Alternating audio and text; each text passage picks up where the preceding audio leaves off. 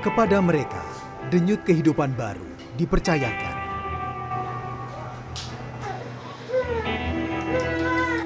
Kepada mereka pula, kesehatan sang buah hati ditambatkan. Namun, pandemi mengusik ketenangan para orang tua dan menambah kerisauan baru. Persalinan itu benar-benar sakral. Persalinan itu peristiwa yang tidak akan pernah dilupakan oleh seorang ibu. Jadi membuat perjalanan ini indah karena akan kamu kenang sampai nanti.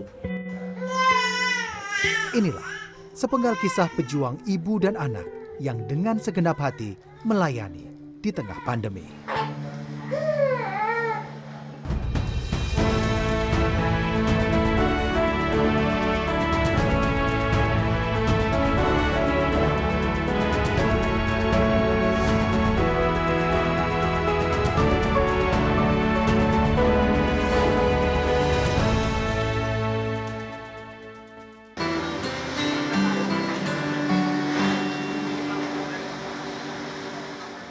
Kecemasan terpancar di wajah ibu hamil dan pasangannya. Menanti kelahiran bayi mungkin tak lagi semenggembirakan dahulu. Ada kekhawatiran menyelimuti, manakala sang buah hati yang akan mengawali kehidupan di dunia harus dihadapkan pada kenyataan terjadinya pandemi COVID-19.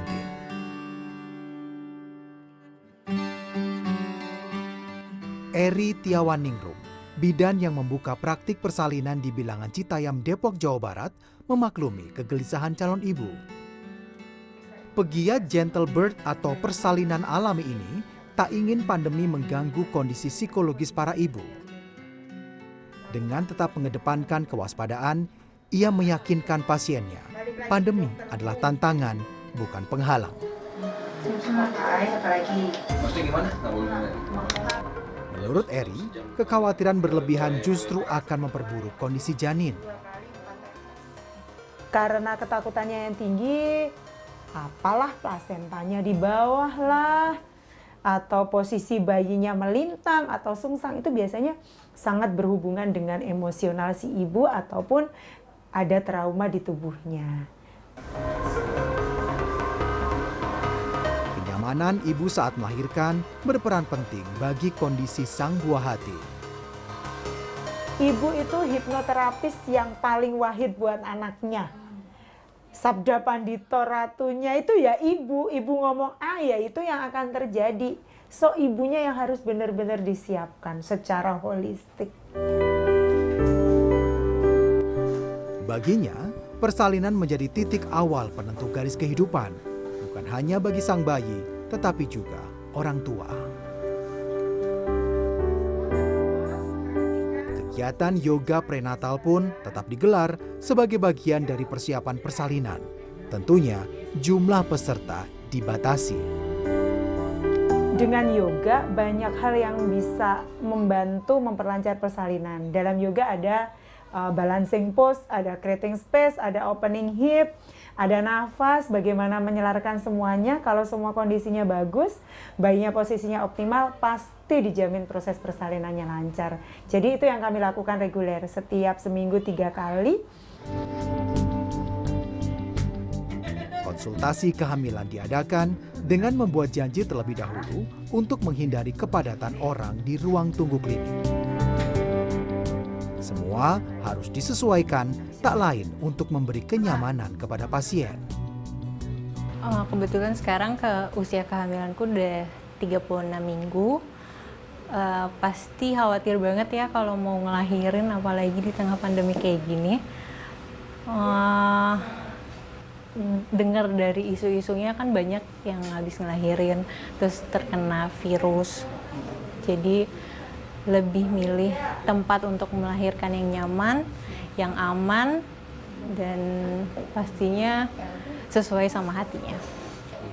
Yang jelas sih gak diprediksi banget bakal menjelang mau lahiran ini ada situasi kayak begini kan. Apalagi anak pertama belum ada pengalaman apa-apa gitu kan.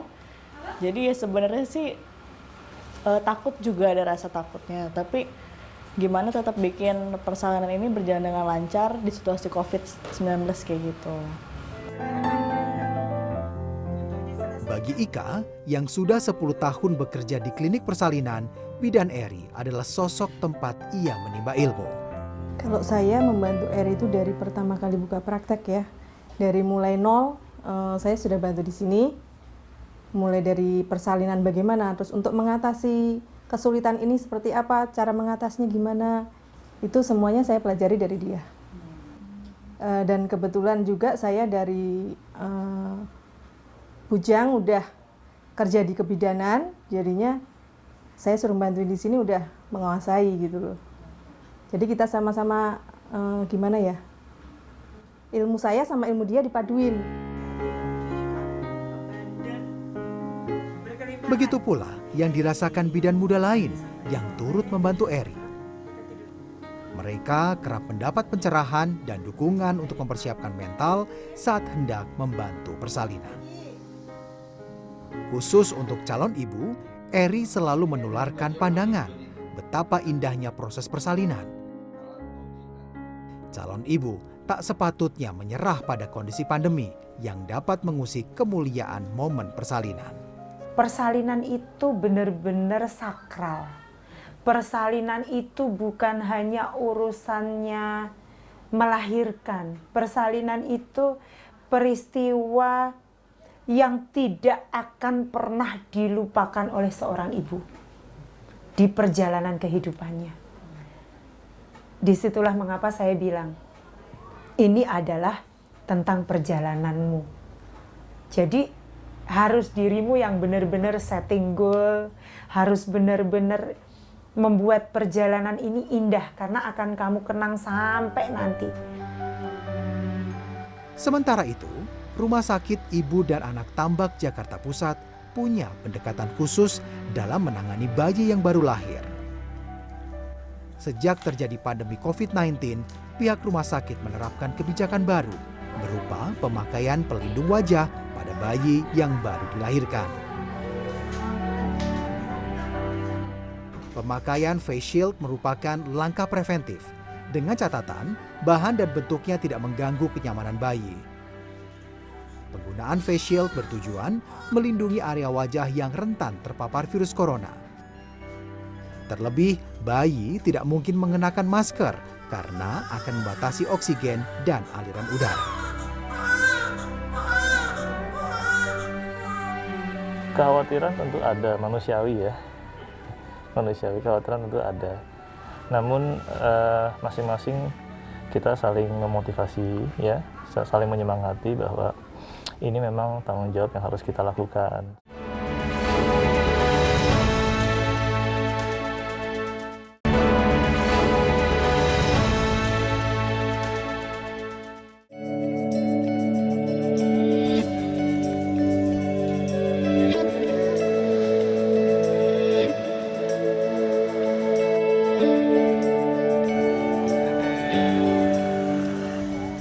Tatanan baru menuntut perilaku adaptif dari semua pihak. Begitupun layanan kesehatan pasca persalinan. Terbit rasa ragu, khususnya pada para ibu, manakala sang bayi harus diimunisasi. Sedangkan pilihan tetap berada di rumah merupakan hal realistis untuk mencegah penyebaran COVID-19. Para ibu ini mengungkapkan keluh kesah mereka. Kalau mau bawa ke rumah sakit pun saya masih parno. Lagian rumah sakit juga rame. Kita juga nggak tahu ada yang terpapar atau enggak. Saya cenderung takut untuk ke rumah sakit karena kan virus juga ada di mana-mana. Terutama kan di rumah sakit itu kan pasti tempatnya orang-orang yang sakit yang mau sembuh. Nggak mau, tetap harus dibawa. Tapi emang akhirnya jadi agak lebih protektif sih. Kayak misalnya sekarang kan udah ada pelindung wajah tuh yang buat bayi. Kita pakai itu, terus juga setelah imunisasi langsung cepat-cepat ganti sarung tangan sama sarung kakinya. Terus juga kalau pulang ke rumah walaupun udah mandi, tetap harus dimandiin lagi.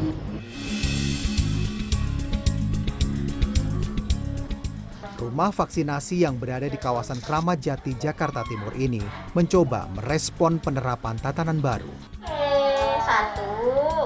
Penggagas rumah vaksinasi pusat, yakni dokter spesialis anak Piprim Basarah Yanuarso, mengusung protokol kesehatan pencegahan COVID-19 yang ketat.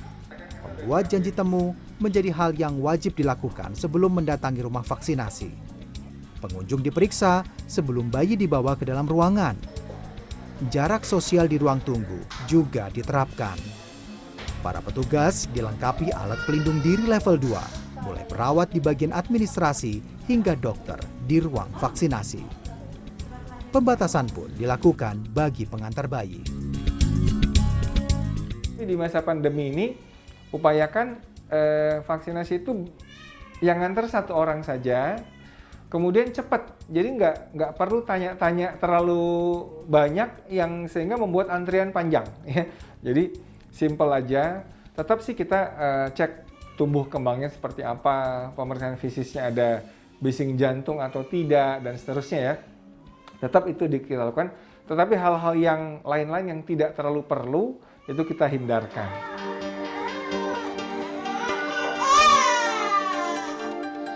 Pentingnya imunisasi dasar lengkap bagi anak bukan tanpa alasan. Bila melewatkan imunisasi, anak dikhawatirkan menjadi rentan tertular penyakit. Anak-anak berisiko mengalami komplikasi yang berbahaya dan bisa menyebabkan kecacatan, bahkan kematian.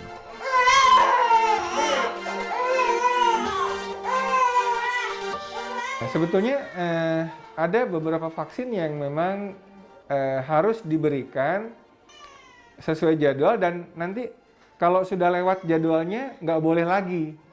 Ya, misalkan vaksin Rota misalkan ya, rotavirus untuk cegah diare itu kan nggak boleh lewat 3 bulan misalkan ya. Tapi vaksin-vaksin yang lain itu jadwalnya cukup fleksibel. Waktu itu IDAI kan memberi toleransi 1 bulan masih bisa ya.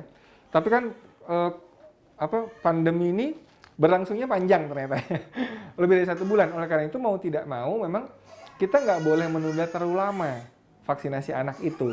Tetap harus diberikan, karena kalau tidak nanti pandeminya selesai ada wabah lain yang muncul gara-gara kita terlambat memberikan vaksinasi pada anak-anak itu.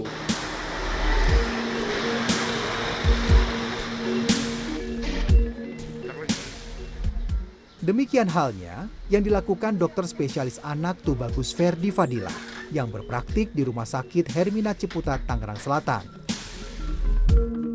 Dr. Ferdi, begitu ia biasa disapa, memaklumi kekhawatiran pasien yang datang. Terlebih, rumah sakit tempatnya bekerja tak hanya melayani anak-anak, tetapi juga pasien umum. Level 2 kita kenakan pakaian alat pelindung diri ya untuk memproteksi kita tenaga medis yang memberikan pelayanan dan juga memberikan rasa aman dan nyaman juga buat pasien. Khawatiran mereka juga merasa bahwa dokternya setiap hari terpapar dengan orang sakit, dokternya takutnya menularkan gitu ya, bisa juga ada pemikiran demikian. Atau kita tidak tahu apakah pasien yang kita hadapi orang tuanya adalah OTG, orang tanpa gejala yang ternyata pernah terpapar tapi tidak ada simptom sama sekali gitu. Jadi kita siapkan. Ia pun tak menampik adanya stigma yang melekat pada tenaga kesehatan di tengah pandemi.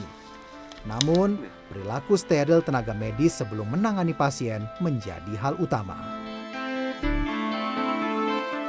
Untuk level 2 kita menggunakan gaun atau apron. Jadi kita tidak menggunakan hazmat ya yang coverall, kita tidak. Kemudian kita menggunakan proteksi masker. Memang bagusnya maskernya adalah N95. Kemudian menggunakan Google, kemudian face shield untuk ini mencegah splash ya, cipratan, kemudian handscoon dan cover shoe, pelindung kaki ya.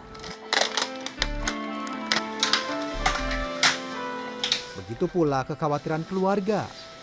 Dukungan keluarga menjadi penguat setiap langkahnya melayani masyarakat.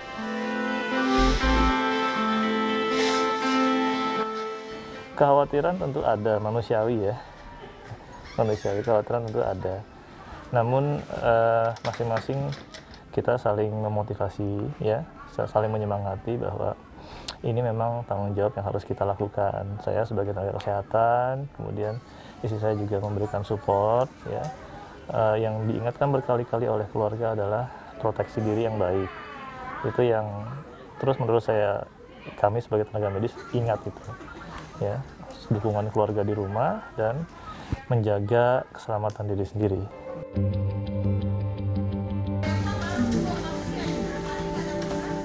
Tindakan medis terhadap pasien anak dilakukan dengan mematuhi protokol kesehatan. Orang tua yang membawa bayi pun harus berjarak saat berkonsultasi. Yang dialami Khafin Safik yang baru berumur 15 hari misalnya, orang tuanya memutuskan memeriksakan anaknya ke dokter di rumah sakit.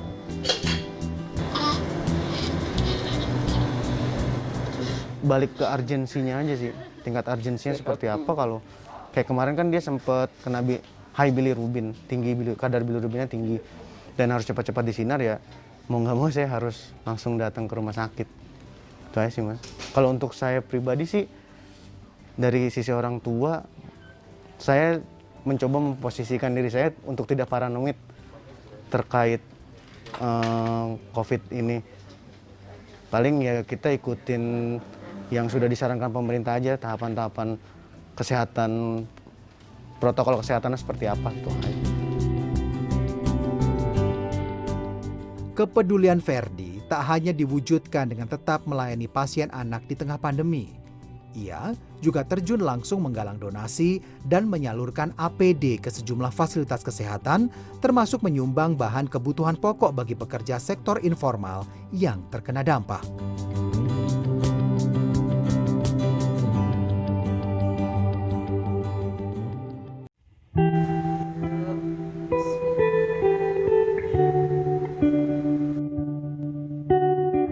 Pokoknya saya akan berbuat yang terbaik buat Diva. Itu yang selalu saya yakinkan.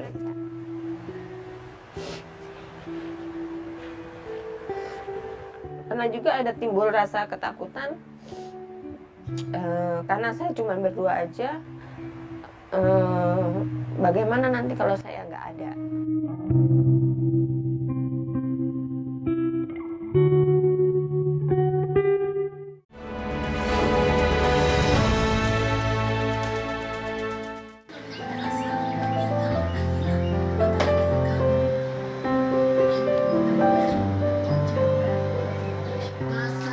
Lia Oktora tak pernah menyangka putri sematawayangnya, Diva, sempat tertular COVID-19 akhir Maret lalu. Diva mengidap sindrom Sekel, yaitu kelainan langka yang ditandai dengan terjadinya penundaan pertumbuhan dan beberapa kelainan penyerta, seperti ukuran kepala kecil, tulang punggung melengkung, dan gangguan koordinasi tubuh. Kini, Diva yang berusia 16 tahun dengan tinggi sekitar 104 cm tak bisa berbicara dan hanya dapat melakukan reaksi kecil seperti menekuk tangan ketika bertemu dengan orang asing. Pertengahan Maret lalu, Diva mengalami gejala batuk dan sesak nafas. Lia membawa putrinya ke Dr. Ferdi di Rumah Sakit Hermina Ciputat. Ya, Dr. Ferdi lah yang selama ini rutin mengecek kesehatan Diva. Nah, seminggu setelah Diva keluar rumah sakit, itu timbul batuk lagi. Nah, itu makanya satu sisi yang saya perjuangkan, saya untuk dirujuk ke Wisma Atlet. Di satu sisi juga kan saya belum dites waktu itu ya. Nah, jadi di sana Diva juga di tes lab, saya juga. Lalu hari keberapa tuh Diva di ronsen, Diva juga dikasih obat-obatan, saya juga selain obat-obatan juga kita dikasih vitamin juga. Keterbatasan Diva tentu membuatnya tidak mandiri dan bergantung pada sang ibu. Maka, saat terpapar COVID-19 pun, Lia harus menemani Diva diisolasi dan dirawat di Rumah Sakit Darurat COVID-19 Wisma Atlet Kemayoran. Nah, tanggal 12 itu saya dikabarin kalau hasilnya Diva itu positif. Nah, ya saya antara kaget, ya sedih juga, karena nggak percaya. Sebenarnya saya nggak percaya, kok bisa positif? Secara kita tidak pergi kemana-mana, paling hanya ke rumah orang tua saya yang hanya berjarak 1 kilometer dari sini kan, bolak-balik. Itu pun saya naik sepeda, saya nggak naik kendaraan umum gitu kan. Nah, akhirnya ya saya berpikir, ya udah, memang hasilnya positif gitu kan. Sementara saya harus, yang penting saya akan melakukan yang terbaik buat Diva. Yang penting pada saat itu saya ingin Diva sembuh. Upaya Lia tak sia-sia karena Diva akhirnya dinyatakan sembuh setelah tes swab PCR yang kedua awal Mei lalu menunjukkan hasil negatif COVID-19. Mereka pun diizinkan keluar dari Wisma Atlet pada 7 Mei 2020. Lia memang tak pernah main-main. Belasan tahun ia merawat Diva seorang diri. Apa yang menguatkan saya sebenarnya satu juga support dari keluarga, dari teman-teman gitu kan. Apalagi waktu itu kan saya single parent. Jadi pada saat Diva usia 3 bulan, saya pisah sama ayahnya gitu kan. Nah, keluarga sangat mendukung banget waktu itu. Bagaimana supaya saya move on, saya berjuang untuk Diva. Jadi waktu itu saya fokus ke Diva. Ia telah menjalani dan merasakan pahit getirnya kehidupan bersama Diva. Saya selalu meyakinkan diri. Saya yakin bisa melewati ini. Itu yang selalu saya tanamkan dalam diri saya gitu loh. Pokoknya saya akan berbuat yang terbaik buat Diva. Itu yang selalu saya yakinkan gitu.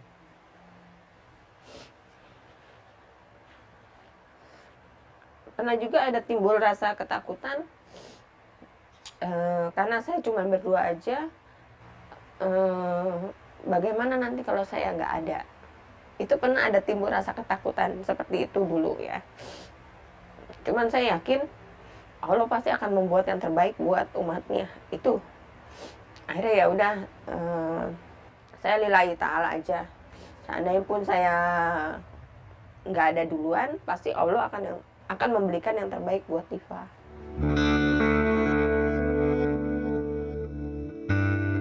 Kerentanan anak terpapar COVID-19 tak dapat dipandang sebelah mata. Sebab anak yang tertular tak dapat menjalani isolasi sendiri, melainkan harus ditemani orang tua. Sebenarnya risiko anak untuk mendapatkan COVID-19 itu tidak jauh berbeda dengan orang dewasa, hampir sama. Nah, kalau kita lihat laporannya di negara-negara lain itu yang bergejala sekitar 1-5%. Kalau kita lihat angkanya kecil ya, 1-5%. Tapi kalau kita ekstrapolasikan dengan jumlah anak Indonesia, lebih kurang misalnya anak Indonesia sekitar 66 juta, 5%-nya berarti sekitar 300.000 anak Indonesia yang bakal terkena COVID-19 ini. Menurut dia, anak-anak adalah populasi yang unik. Orang tua berperan besar dalam menanamkan pemahaman tentang pentingnya mencegah penularan COVID-19 pada anak. Tolong dengarkan kami. Anda diciptakan sempurna, Anda diciptakan berharga, Anda diciptakan mulia, tubuh fisikmu sempurna. Artinya kalau Tuhan sudah memberikan hamil, pasti ngasih jalan lahir. Oke? Kalau ada vagina ya berarti ada kesempatan untuk melahirkan normal, toh? Gitu ya. Jadi tetap jaga kesehatan, tingkatkan imunitas, baik dengan jaga makan, olahraga, minum air putih yang banyak, pelajari harus ngapain aja, ikuti saran pemerintah, lalalanya, terus kemudian tetap waras, semangat, happy, karena kita harus berdamai dengan kondisi sekarang yang pastinya tidak cuma sebentar. Tolong dengarkan kami, kita tidak pernah tahu secara pasti kapan pandemi ini akan berakhir. Oleh karenanya kita harus beradaptasi.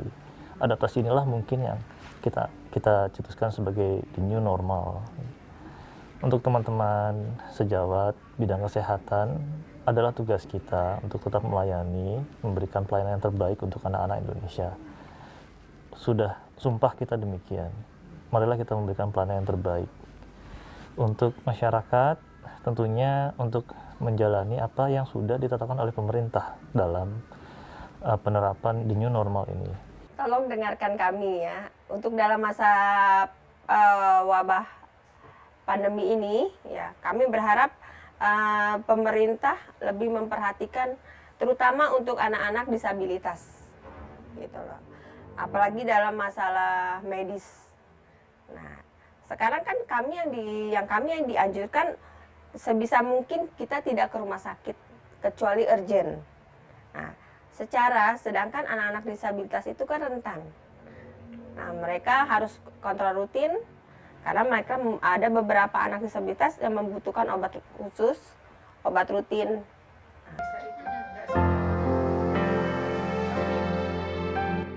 Para pejuang ibu dan anak ini hanya segelintir dari mereka yang senantiasa terus berikhtiar.